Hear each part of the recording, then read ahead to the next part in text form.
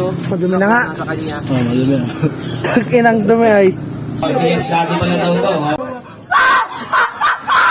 At ayun na nga mga boss, so nandito nga pala tayo kay Boss Hans at papalinisan natin ang throttle body ni Ride Dream kasi nga wala pa talaga siyang kalinis-linis since birth. By the way, 31k odo na nga pala po siya mga boss. Nakakamera tayo dati, tapos bigla tayong air filter, kaya naman naisipan na natin na palinisan na nga ang throttle body ni Ride Dream. Kaya naman, Hans, umpisahe na. So kinakalas nga pala muna ni Boss Hans ang ating leg shield para mas madaling madukot ang ating throttle body. Shoutout nga pala mga boss din sa ating mga tropa pips na nakikito din. Shoutout sa iyo Brian, shoutout sa inyo mga bossing ko. Nakalimutan ko mga boss, kakalasin din nga pala aking din sa may kwan, sa may tornilyo, din sa may toolbox. Ay tingnan nyo naman ang laman ng toolbox ko, napakaraming tools, napakaraming tornilyo at kung ano-ano pa. Tingnan nyo naman punong-puno. Kaya naman nalisin muna natin aking mga masusukal laki sa ating toolbox para makalas na. Tingnan nyo naman mga boss ang chassis ni Ride Dream. Tingnan kung gaano kalibag. Talagang labas lang talaga ang nalilinisan natin mga boss. Hello. Madumi na nga. Sa kanya. Oh, madumi na.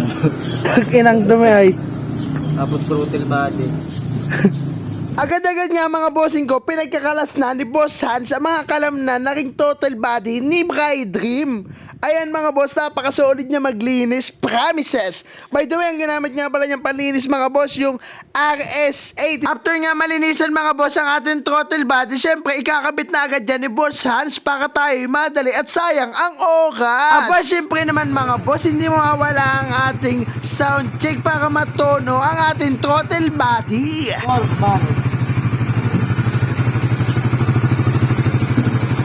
Oh, 31 odo na. Ilan ang odo yun sa'yo, Brian?